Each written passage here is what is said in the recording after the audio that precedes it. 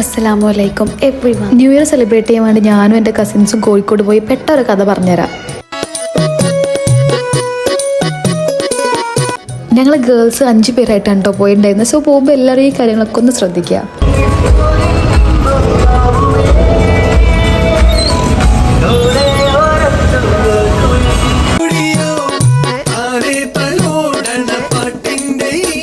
അങ്ങോട്ട് ബസ് കയറി എത്തുമെന്ന് അറിയാം. തിരിച്ച് സെലിബ്രേഷൻ കഴിഞ്ഞ് ഇങ്ങോട്ട് വരുമ്പോൾ എങ്ങനെയൊന്നും ഞങ്ങൾ ഡിസൈഡ് ചെയ്യാണ്ട് കേട്ടോ പോയത്. റിട്ടേൺ എന്തായാലും KSRTC 24 hours ആയതുകൊണ്ട് KSRTCയിലായിരുന്നു പ്ലാന്. പിറ്റേന്ന് എനിക്ക് ഡ്യൂട്ടി കയറും ചെയ്യാം.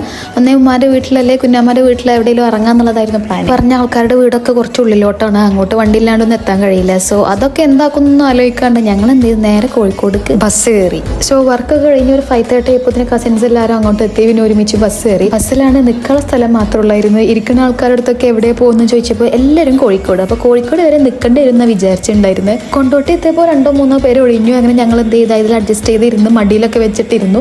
ഒരു രാമനാട്ടുകരൊക്കെ ആയപ്പോൾ തന്നെ ഞങ്ങൾക്ക് എല്ലാവർക്കും സീറ്റ് കിട്ടി. 8 o'clock ആയപ്പോൾ തന്നെ എനിക്ക് തോന്നുന്നത് ഞങ്ങൾ കോഴിക്കോട് എത്തിയിട്ടുണ്ട്. അതിനുശേഷം ഞങ്ങൾ എന്ത് ചെയ്തു, നേരെ ബീച്ചിലോട്ട് പോവാണ്. ഭയങ്കര ബ്ലോക്ക് ആയിരുന്നു. പോണ വൈക്കിലൊക്കെ എന്തൊക്കെയോ പരിപാടി ഉണ്ടായിരുന്നു. ബീച്ചിലോട്ട് പോകാന്നുള്ളതായിരുന്നു പ്ലാന്. ബ്ലോക്ക് ആയതുകൊണ്ട് എന്നെ ഓട്ടോ ഒന്നും അങ്ങോട്ട് പോകില്ല എന്ന് പറഞ്ഞു. സോ നടന്നു പോകേണ്ടി വന്നു. വലിയ ഡിസ്റ്റൻസ് ഒന്നും ഇല്ല, കുറച്ചെന്നെ ഉള്ളായിരുന്നു. പിന്നെ അധിക പേരും ബീച്ചിലോട്ട് തന്നെ ആയതുകൊണ്ട് എല്ലാവരും നടക്കന്നെയായിരുന്നു. ആ കാണുന്ന റോസ് ഡ്രസ്സ് ഇട്ട് എൻ്റെ ഉമ്മാനെ ചെറിയ അനിയത്തി, അതായത് എൻ്റെ കുഞ്ഞമ്മ ഹീൽസ് ഇട്ട വന്നിട്ടുണ്ടായിരുന്നത്. അതുകൊണ്ട് തന്നെ നടക്കാൻ കുറച്ചധികം കഷ്ടപ്പെട്ടു. പിന്നെ അത് കയ്യിലൊക്കെ പിടിച്ചിട്ടോ ഞങ്ങൾ മാറി മാറി ഇട്ടിട്ടാണ് അഡ്ജസ്റ്റ് ചെയ്തിട്ടുണ്ടായത്. എപ്പോഴും ഈ 4 മണ്ടന്മാരനെ ഇട്ടോ എൻ്റെ കൂടെ ഉണ്ടാവില്ല എല്ലായിടത്തും പോകാനും. സൺഡേ ഒക്കെ ആകുമ്പോൾ ഞങ്ങൾ എന്തെങ്കിലും എവിടെയൊക്കെ ആയിട്ട് ഇറങ്ങാം, അറ്റ്ലീസ്റ്റ് എന്തെങ്കിലും കഴിക്കാനെങ്കിലും പോകാന്നുള്ള രീതിയിലാവും. എവിടെ പോവാന്ന് പറഞ്ഞാൽ ഓടിച്ചാടി വരും. അവിടെ എത്തിക്കഴിഞ്ഞാൽ ഇങ്ങനെ ആവില്ലേ അങ്ങനെ ആവില്ല, അപ്പോൾ നമ്മൾ എന്താക്കുക ഇങ്ങനെയൊക്കെ, അങ്ങനെ ഒരു ചിന്തയേ ഇല്ല. അതോടെ നല്ല സുഖമാണ്. എവിടേക്ക് വന്നാലും അവിടെ അഡ്ജസ്റ്റ് ചെയ്യും. നടക്കാനായിക്കോട്ടെ ഒരു കുഴപ്പമില്ല, ഉറക്കൊഴിച്ചാലും ഒരു കുഴപ്പമില്ല, അങ്ങനെ നടക്കും. ആ ഒരു മൈൻഡ് ഭയങ്കര ഇമ്പോർട്ടൻ്റ് ആയിട്ട് എവിടെയെങ്കിലും പോകുമ്പോൾ. പിറ്റേന്ന് വീട്ടിലെത്തി കഴിഞ്ഞാൽ ഭയങ്കര ക്ഷീണമൊക്കെ ആയിരിക്കും. ബട്ട് ആ ട്രാവലിംഗ് ടൈമിൽ നല്ല അടിപൊളിയായിട്ട് എനർജറ്റിക് ആയിരിക്കും എല്ലാവരും.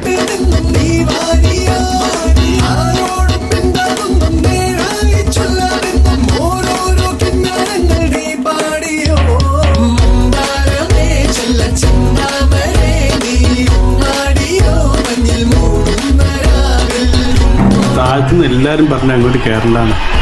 കൗതുക ലേശം കൂടുതലാണ്. മാപ്പാക്കണം. വണ്ടർലയിലെ റൈഡ്സ് കയറി കഴിഞ്ഞാൽ പിന്നെ ഏത് റൈഡ് നമുക്ക് പേടിയില്ലാണ്ടാവും.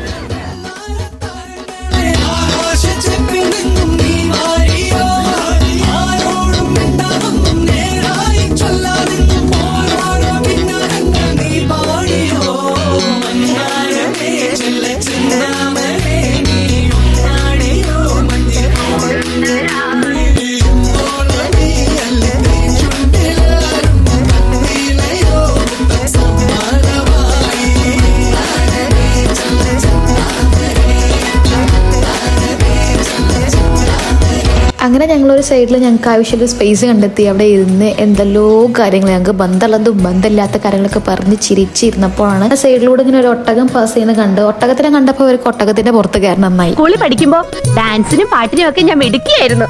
സമൂഹ ഗാനം വരെ ഞാൻ ഒറ്റയ്ക്ക് പാടിയിട്ടുണ്ട്.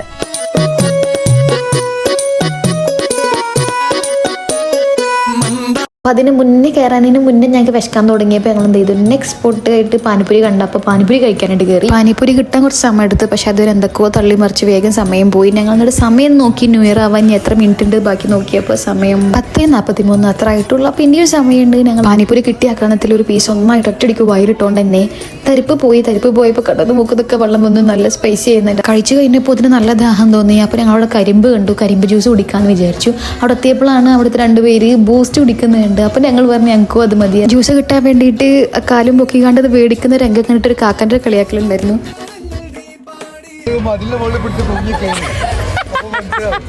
അവിടുത്തെ കലാപരിപാടികളൊക്കെ കഴിഞ്ഞ് ഞങ്ങൾ ഒട്ടകപ്പുറം ലക്ഷ്യമാക്കി നടന്നു. ഒട്ടകപ്പുറത്ത് കയറാൻ വന്ന 4 ഒട്ടകങ്ങളെ സ്ക്രീനിൽ കാണാം.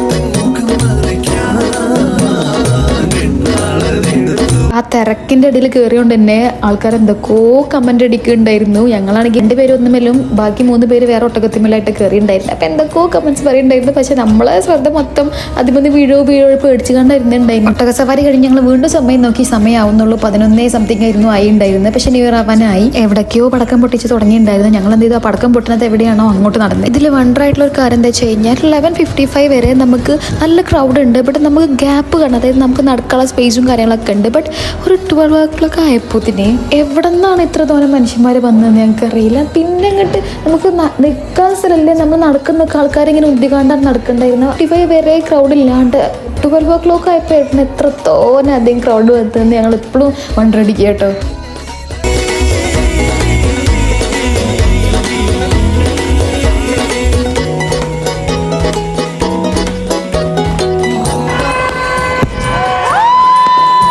അങ്ങനെ പടക്കം പൊട്ടിക്കലൊക്കെ കഴിഞ്ഞ് ഞങ്ങൾ തിരിച്ചു പോകാൻ നോക്കുമ്പോൾ ഒരു ഇഞ്ച് നിൽക്കാൻ നമുക്ക് സ്ഥലമില്ല. ഞങ്ങളൊന്ന് ഇറങ്ങി നടന്ന് നോക്കി, പക്ഷേ എങ്കിലും നടക്കില്ല എന്ന് മനസ്സിലായപ്പോൾ ഞങ്ങൾ എന്ത് ചെയ്തു, അവിടെ ഒരു ഫാമിലി നിൽക്കുന്നുണ്ടായിരുന്നു, അതിൻ്റെ ഇടയ്ക്ക് കയറി നിന്ന്. അങ്ങനെ കുറച്ച് നേരം വെയിറ്റ് ചെയ്തപ്പോൾ കുറച്ചൊക്കെ ഒന്ന് ഫ്രീ ആയി, അതിന് ഗ്യാപ്പൊക്കെ ഒന്ന് നടക്കാൻ. അപ്പോൾ ഞങ്ങൾ എന്ത് ചെയ്തു, ഇറങ്ങി മെല്ലെ നടക്കാൻ തുടങ്ങി. പക്ഷെ എന്നാലും കുറച്ച് നടന്നപ്പോൾ വീണ്ടും ഭയങ്കര വണ്ടി അതിൻ്റെ കൂടെ വന്ന് ആകെ ഭയങ്കര ബ്ലോക്ക് ആയിരുന്നു. വണ്ടികൾക്കൊക്കെ അതിൻ്റെ അടിയിൽ മനുഷ്യന്മാരുടെ ഇടയിൽ പെട്ട് ഒന്നും ചെയ്യാൻ പറ്റാണ്ട് അതിൻ്റെ ഇടയിൽ കാറൊക്കെ പെട്ടെടുക്കുന്നുണ്ടായിരുന്നു. അതിൻ്റെ ഇടയിൽ കൂടെ ഒക്കെ എങ്ങനെയോ അഡ്ജസ്റ്റ് ചെയ്ത് മെല്ലെ എത്തി. കറങ്ങി തിരിഞ്ഞ് ഞങ്ങൾ എന്തായാലും KSRTC സ്റ്റാൻഡിലെത്തി. KSRTC സ്റ്റാൻഡിലെത്തിയപ്പോൾ ഞങ്ങളെ പ്ലാനിൽ അപ്പോൾ തന്നെ ബസ് കിട്ടും, സീറ്റ് ഉണ്ടായിരിക്കും, വീട്ടിലെത്താന്നുള്ളതായിരുന്നു.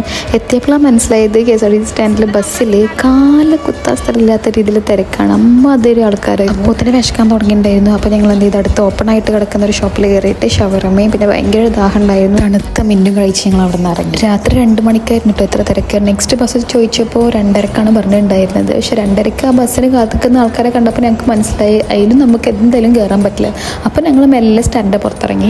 മോർണിംഗ് വരെ ഇനി എന്താക്കും എന്നുള്ള പ്ലാനിൽ ഞങ്ങൾ വിചാരിച്ചു റൂം എടുക്കാന്നുള്ളത്. റൂമും തപ്പിയിട്ട് ഞങ്ങളൊരു 45 മിനിറ്റ്സോളം അങ്ങോട്ടും ഇങ്ങോട്ടും നടന്നിട്ടുണ്ടാവും. അതിൽ റൂം കിട്ടിയപ്പോൾ ഞങ്ങൾ അങ്ങോട്ട് കയറി. റൂം ചോദിച്ചപ്പോൾ റൂമൊന്നും അവൈലബിൾ അല്ല, എല്ലാം ഫില്ലായിട്ട് പറഞ്ഞു. 2 ബെഡായിട്ട് ബാക്കിയുണ്ട് പറഞ്ഞപ്പോൾ ഞങ്ങൾ പറഞ്ഞു ഞങ്ങൾക്ക് അത് കിട്ടിയാൽ മതി, ഞങ്ങൾ അതിൽ അഡ്ജസ്റ്റ് ചെയ്തോളാം എന്നൊക്കെ പറഞ്ഞപ്പോൾ അത് ഓൾറെഡി ബുക്ക്ഡാന്നൊക്കെ പറഞ്ഞ് കുറച്ച് നേരം വെയിറ്റ് ചെയ്യാൻ പറഞ്ഞാൽ വന്നില്ലെങ്കിൽ തരാമെന്നൊക്കെ പറഞ്ഞ് ഞങ്ങൾ എന്ത് ചെയ്തു, കുറച്ച് നേരം അവിടെ വെയിറ്റ് ചെയ്ത് അവസാനം അവനും എത്തി. അപ്പം ഞങ്ങൾ റൂം എന്ത് ചെയ്തു, മിസ്സായി. അപ്പോൾ ഹോട്ടലത്തെ ആളെ ഞങ്ങളടുത്ത് പറഞ്ഞു ഇവിടെ ഒരു പള്ളി അവിടെ പോയേക്കാൻ പറഞ്ഞു. സോ അതും വിചാരിച്ച് ഞങ്ങൾ എന്ത് ചെയ്തു, ഹോട്ടലിൽ ഇറങ്ങി. അപ്പോൾ ഒത്തിരി സമയം നോക്കിയപ്പോൾ രാവിലെ 3 മണിയായി ഉണ്ടായിരുന്നു ടൈം. ഒരു ഓട്ടോയിൽ കയറി. ഓട്ടോക്കാരുടെ പള്ളി ചോദിച്ചപ്പോൾ അവർക്കൊന്നും പരിചയമില്ല എന്ന് പറഞ്ഞു. ബട്ട് ലൊക്കേഷൻ ഇട്ടിട്ട് നമുക്ക് അങ്ങനെ പോയി വെക്കാന്ന് പറഞ്ഞ് ഞങ്ങൾ ഒരു ഓട്ടോയിൽ കയറി.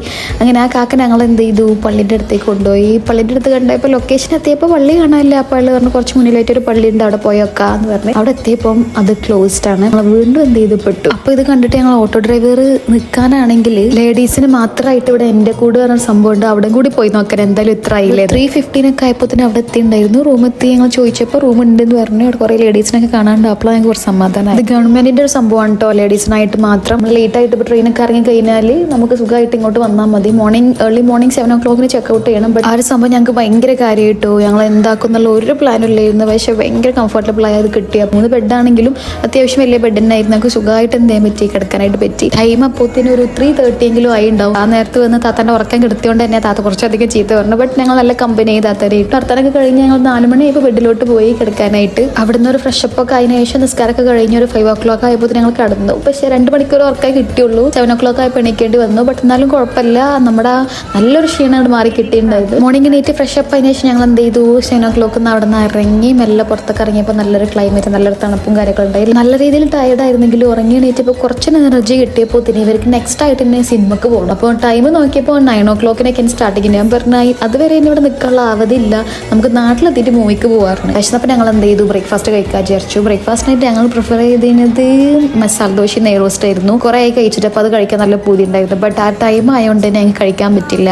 റെഡി ആയിട്ടില്ല എന്ന് പറഞ്ഞിട്ടുണ്ടായിരുന്നു. കിട്ടിയത് വെള്ളപ്പും പുട്ടും കടലക്കറി ആയിരുന്നു കിട്ടിയിട്ടുണ്ടായിരുന്നു. ബാക്കിയൊക്കെ ആവുന്നുള്ളായിരുന്നു. വിശപ്പൊക്കെ മാറ്റി ഞങ്ങൾ എന്ത് ചെയ്തു, നെക്സ്റ്റ് കണ്ട KSRTCയിൽ കയറി. KSRTCയിൽ തിരക്കൊന്നും ഇല്ലായിരുന്നു, നല്ല സുഖമായി, നല്ല കംഫർട്ടബിൾ ആയിട്ട് ഇരിക്കാൻ പറ്റി. നല്ല ഉറക്കം കണ്ട് ഉറങ്ങി. പിന്നെ എത്തുന്നത് നാട്ടിലെത്തിയിട്ടാണ്. അങ്ങനെ ഞങ്ങൾ ഒരു മോർണിംഗ് 9:30 ആയപ്പോൾ നാട്ടിലെത്തി. ഇടങ്ങാറുകൾ ഉണ്ടായിരുന്നെങ്കിലും അതിനെക്കാട്ടിലും കൂടുതലും നല്ല രസമുള്ള കാര്യങ്ങളായിരുന്നു കേട്ടോ. ഞങ്ങളെല്ലാവരും കൂടി കഴിഞ്ഞാൽ ഒരുപാട് കാര്യങ്ങൾ സംസാരിക്കട്ടെ, ഒരുപാട് പൊട്ടത്തരങ്ങളും അതും ഇതായിട്ട് കുറേ സംസാരിക്കും. പറയുമ്പോൾ ഞങ്ങൾ ഇടയ്ക്കിടയ്ക്ക് കാണാറുണ്ട്, എന്നാലും സംസാരം തീരാറില്ല. എത്ര കണ്ടാലും സംസാരം അവസാനിക്കാറില്ല. ചെയ്യാറില്ല, എൻഡ് ചെയ്യാറില്ല.